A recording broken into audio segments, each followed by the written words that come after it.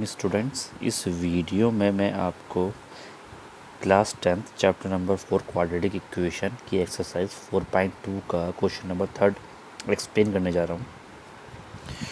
तो ये क्वेश्चन है आपका, find the two number whose sum is 27 and product is 84। Okay बेटा, आपको ऐसे दो नंबर बताने हैं जिनका सम तो 27 हो जाए और उसका जो प्रोडक्ट हो वो कितना हो 182। उनकी दोनों की मल्टीप्लाई वो कितने आने चाहिए 182। तो आपने यहाँ पर आपके पास गिवन है, क्या गिवन है, sum of two number 27। Okay, let the first number be X. आपने पहला नंबर क्या मान लिया बेटा, यहाँ पर एक्स मान लिया है, ठीक है ना। अगर पहला नंबर एक्स है तो दूसरा नंबर क्या होगा, तो उनके सम में से उस नंबर को माइनस करो तो आपके पास दूसरा नंबर आ जाएगा। देखिए ये बात मैं आपको एग्जाम्पल समझाता हूँ। मान लीजिए एक नंबर है 5, एक नंबर है 10, तो दोनों का सम कितना हो गया 15, ठीक है ना। अब देखिए आपको सम पता है, अगर आपको सम पता है और एक नंबर पता है तो दूसरा नंबर आराम से निकाल सकते हैं। भाई सम में से पहला नंबर माइनस कर दीजिए तो कितना आएगा 10, तो ऑटोमेटिक दूसरा नंबर आपके पास आ जाएगा।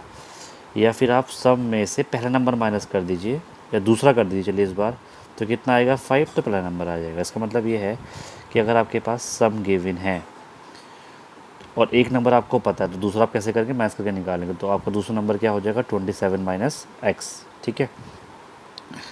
अब देखिए क्वेश्चन में गिवन था कि उनका जो प्रोडक्ट है वो 182 है। कितना है 182, प्रोडक्ट मतलब होता है मल्टीप्लाई।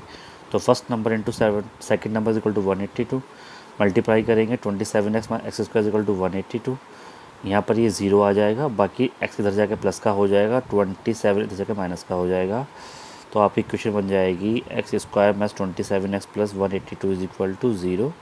अब हम इसको उल्टा करके भी ले सकते हैं, इसका मतलब ये हो गया। अब आपके सामने इक्वेशन बन गई है ये, ठीक है ना। अब इसको सॉल्व कर लीजिए, 182 और कोफिशिएंट क्या एक्स का 1 इंटू 1, सो 182 इंटू 1 आपका कितना बनेगा 182। और 182 के ऐसे फैक्टर करने हैं कि प्लस करने के बाद आपका कितना आ जाए 27 आ जाए। तो आप यहाँ फैक्टर कर लेना, 2 9 ज़ा 18, 2 1 ज़ा 2, समथिंग लाइक दैट वन करके, ठीक है ना। 7 ज़ा 7, 7 3 ज़ा 21 एंड 13 1 ज़ा 13। ओके, तो आपके पास फैक्टर कितना आ गया 7 आ गया, 2 आ गया, 7 आ गया, 13 आ गया। अब इनको ऐसे अरेंज करना है कि प्लस करके कितना आ जाए 27 आ जाए। तो कितना आया था मेरे पास 2 आया था, 7 आया था, 13 आया था। तो देखिए मल्टीप्लाई करिए, 7 2 ज़ा 14, एक तो 14 आ जाएगा और एक 13 है।